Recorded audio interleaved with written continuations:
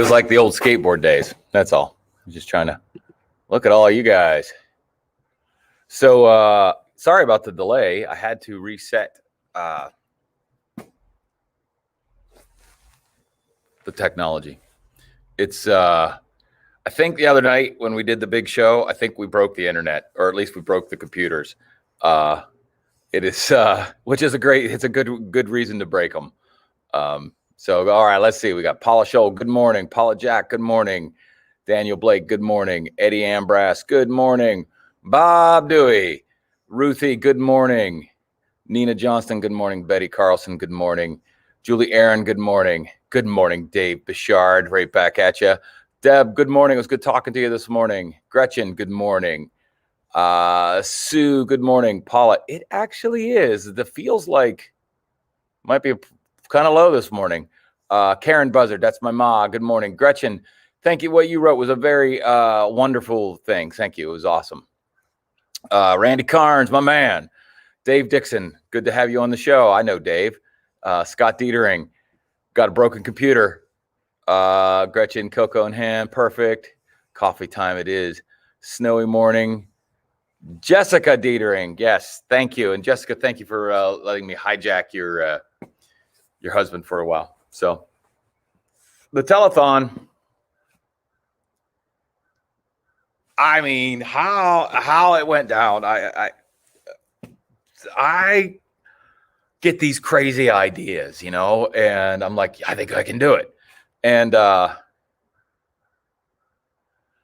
Amy, Michelle Adams, thank goodness there's no morning meeting. So it's good to have you here. Julie Stover, good morning. I don't want them all the time. I just want them just a few hours a week. That's it. Carolyn Clark, good morning. So I had this idea. I'm like, I'm going to do a telethon. I got this piece of software that I can bring multiple people in at various times. And most people, I don't think would go, you know, it's a great idea. One of the most difficult live television things to do. And I don't know why. I don't know why I thought we could do it. And Jason Bragg, good morning. But the belief that I knew we could do it, like the whole time. And to summarize, like from this side, you know, me, this blah, blah, blah part, this is fine. You know, I can do this. I can do this in front of a computer. I can do it in front of people. I'm what you call, I got the gift of gab, if you know what I mean. I can talk. The stuff on this side, the computer side, the processing side, the lining everybody up side, I mean, they're not exactly in my strength category. But I never doubted for a second. Never, not once. I'm like, we'll do it. We'll figure it out. And AJ, good morning. Good chatting with you this morning, my brother. Thank you. But I just knew. I'm like, we can do this. And everybody, and I know I keep going on about how great everybody has been as far as being a part of it, but I can't stress enough. So, like from the performer standpoint, the people that they came on and poured out their heart and souls via their cell phones or their laptops. We're performers, you know, and we're used to crowds and we're used to the energy that's involved. And doing what you do at a high level in front of a cell phone is not easy. It's not easy at all. To be quite honest, that's one of the reasons I don't do it a lot. Like, it's hard for me to get, like, I don't mind doing it when I'm already at a live show, but it's hard for me to just put a phone up and be like, okay, let's do it. Let's do the thing. So for everyone to line up and do it and be as, I mean, amazing as they were, it was shocking. Hold on, I missed a bunch here. Lisa, Jason Bragg, Lisa Francis Clark, good morning. AJ, good morning. Curtis, inspirational. And that was, I guess, where I've been leaning towards, is it fed each other. It became exponential. It became a snowball. Because I know, Dee Dee, good morning. The show was awesome. I didn't get to watch the whole thing, but the show was great. Those leggings are to die for. Like, wow, they're awesome. Super Christmassy. Matt Atkins, good morning. Joyce Niergarter, good morning. And James Ranke, yes, it is weird. But the end result was amazing. And I really think there was a little bit of, as on the performing side, because people were logged in. So how this would work is I'm doing this, blah, blah, blah, blah, blah. And Scott Dietering on the other side of it was handling as people would come in. He'd sometimes send them a message. And basically, directly below this screen is a bunch of teeny little screens, like a Zoom call or like a Brady Bunch thing. And it's called Backstage. And it's everybody waiting. But while they're there, they can see and hear what's going on. So in a live setting, and this is what I think was cool. In a live setting, when you're playing what they call a multi-bill, and what a multi-bill means is multiple acts playing. The people that go on in front of you kind of put you in a spot. You're like, competitive isn't the right word, but when you see somebody out there just killing it, and you're up next, you're like, all right, gotta loosen up. I'm not gonna. And most people I know can't really phone it in when it comes to playing music. Like it's from the heart. It's emotional. We all kind of, you gotta tap into that special something every time you do it. But when you see somebody like that inspires you to give it your all, then you're better for it. And I feel like we, aside from the great, unbelievable things that we were doing from a monetarily standpoint and raising money for an amazing charity, we were also seeing that. And it took me a full day to process it, but we haven't got to feel that feeling in so long. Like I wasn't planning on playing at all, but I had to play at least a song. Are you kidding me? All the greatest performers, that I knew were all in front, and they were all individually just doing amazing things. You're like, I want to play. Put me in, coach. And then also I got a little upstaged by my coworker, which was some bullshit. Just gonna say it. There you go. I did need more cowbell. That is the truth. Bob Dewey. Yeah, I mean, the studio performing in front of a live camera or in front of a camera, period, is tricky. Haven't talked about Saving Jane in a while. Back in the Saving Jane days, there was two types of television that we would do. One was a full band, like like when we were on Regis or those types. We did a few of those kind of shows, where you're in the corner, dead silent, like you can't do anything. You could barely tune your instruments because they're like, and then they point at you and you got to be like, rah! And then like, okay, now to commercial. And that was it. That was your thing. And the other was, a lot of times it was Marty and I, we were just acoustic. So the guitar and you're using the, just like for the morning news, we did a bunch of, whatever, insert your town here, like Good Day Columbus we have here. And, I'm sure Good Day blank. We did every Good Day blank. I mean, we did them all. Like if there's a small market television station that has a morning show, we were on it, and it was great actually. But so two things: you're in the morning, which is I wasn't a good morning person, I'm still not. And then secondly, good morning, Lori Murphy. Thank you very much. And then secondly, there's nobody there. Like when you play the show, like you're playing to a guy standing here that's just like, and all you can see is like this much of him. He'll just do this once in a while. And I mean, no emotion, just like, because he doesn't care. He doesn't care what you're doing. He might like it. He might hate it. It doesn't matter. The producer, she might enjoy it. She might hate it. Doesn't matter. She needs to fill these 2 minutes and 41 seconds of space in the morning.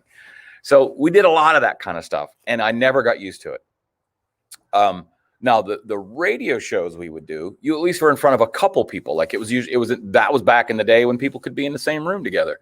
So you'd be chit chat a little bit, kind of warm up, like this kind of a thing, and then well, let's do a song, and we do an acoustic song. Well, actually, it's not the PPP. It's my dang coworker. He's a morning person, and I used to be a night owl, and now I've over the course of the last 7 years, I've adjusted that. Like I'm pretty much feet on the ground by 6:30, 7 at the absolute latest, even on a gig night, which that doesn't happen much. But I guess where this whole arc was, it was kind of cool to have a gig night again, that we weren't just playing to nobody. That's in.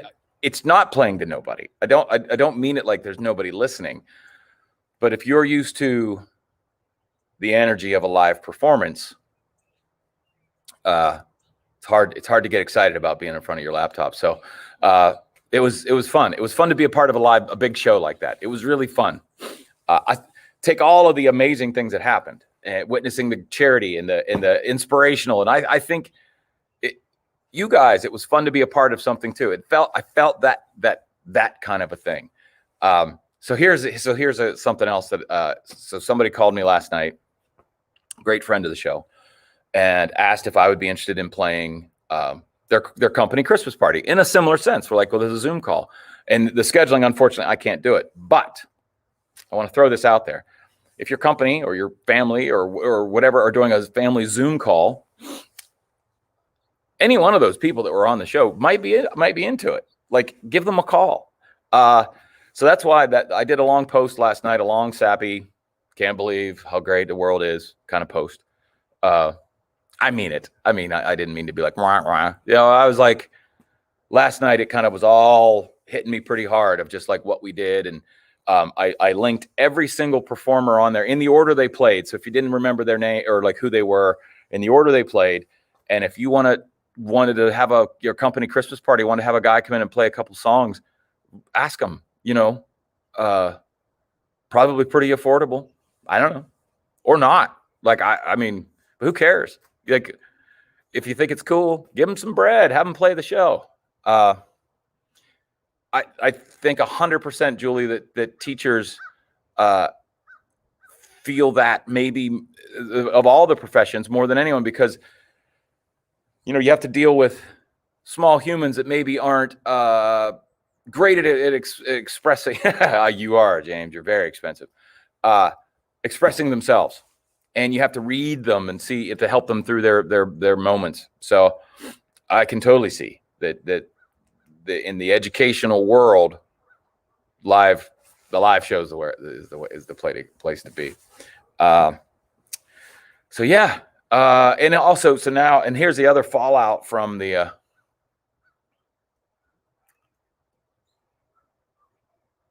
Yeah, Steve, it's humbling to think that I had anything to do with it. I try not to I don't want any credit. I just rang a bell. I was the ringleader of the circus, but I wasn't performing any tricks. Like, you guys did everything. I had this crazy idea that I knew would work. And I got this team of goofballs that said, let's do it. And we did it. Like, that was it. Like, but it is amazing. It's, in the truest sense of the word, it was amazing. Lauren, if you watch the show, Lauren, the founder. Right. That's the truth, Bob. Like, the interface is the hard part. I haven't figured it out yet. I still have to use the onboard mics. There's got to be a better way. I don't know it yet. I get confused easily, and I squirrel a lot. I'm like, what? And then I'm like, oh, what were we doing?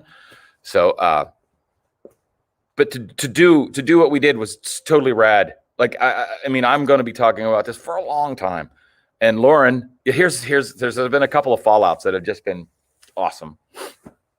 After I put that post up last night, and prior to that too, but I don't know if a lot of you shared it, which is amazing, because that shines a light on what we did, what we accomplished, and then other people that maybe weren't aware. I mean, because there's a lot going on. Life is got busy. We got Christmas and snow and all the stuff. So it was got some traction, and that was great. And I've had a lot of people reach out, both within the threads that you did, and also coordinate it. Maybe.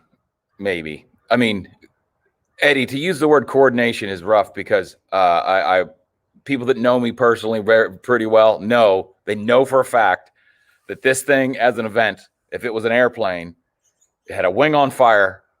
One of the windows was shot out and the landing gear wasn't coming down, but we were landing anyways. Like that's the kind of show it was. Like, I mean, I was hammering out details of even who was playing Monday afternoon. Yeah. I'm not Randy. I'm just a goof.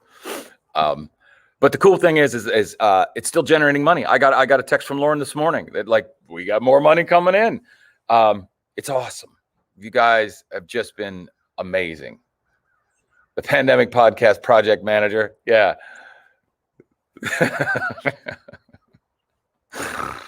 Yeah, that's it. That's the truth, brother. That is the truth. Oh, and the other thing is that we're already talking. I know I alluded to it during the show. It's going to be an annual event. Maybe with a little more staffing and forethought, more rather than just like some knucklehead that's like, hey, you know, it's a good idea. Let's get a bunch of people and play guitar. No matter like a live event, I think they're gonna, you know, we'll do it in person. But I also do not want to lose the streaming, so I need to start planning on it now because I want everyone to be there. But if we have to, I mean, I guess we'll have to get a pretty big place. But if you can't be, and it's easier to share, like the streaming part of it, that's going to be. We're going to stream and do a live event from now on. I'll have to get with the experts out there. Half Stage will travel.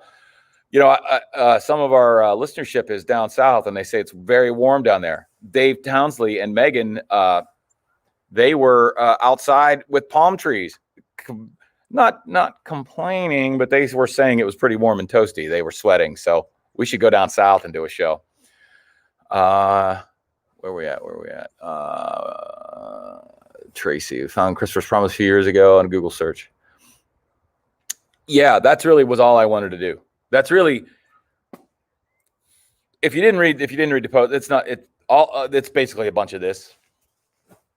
But I knew that if enough people knew about it, we would have no problem raising the money because it's impossible not to want to help. It's impossible.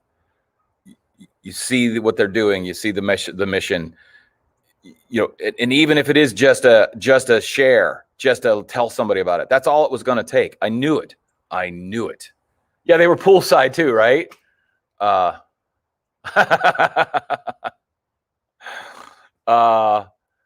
know what? The Portable Party Palace, the PPP. I love it. Randy, by the way, and Steve Dietering, both of you, I did not get to give away as much stuff as I have. So this week, your last minute Christmas shopping, we're gonna coming up. Like, I have some stuff for you guys. So all of y'all, we'll figure it out. Okay, everybody, I gotta go. I'm gonna do a real quick feels like. Oh, if you're curious, Mr. Dietering broke his computer, so it's just me today. It's back in the old days. I'm not doing any of the fancy tricks. I'm tired. I'm worn out. All right, let me get the Mary Tyler Moore. Oh, it's cold. Even with the whatever, the puffy coat. I'm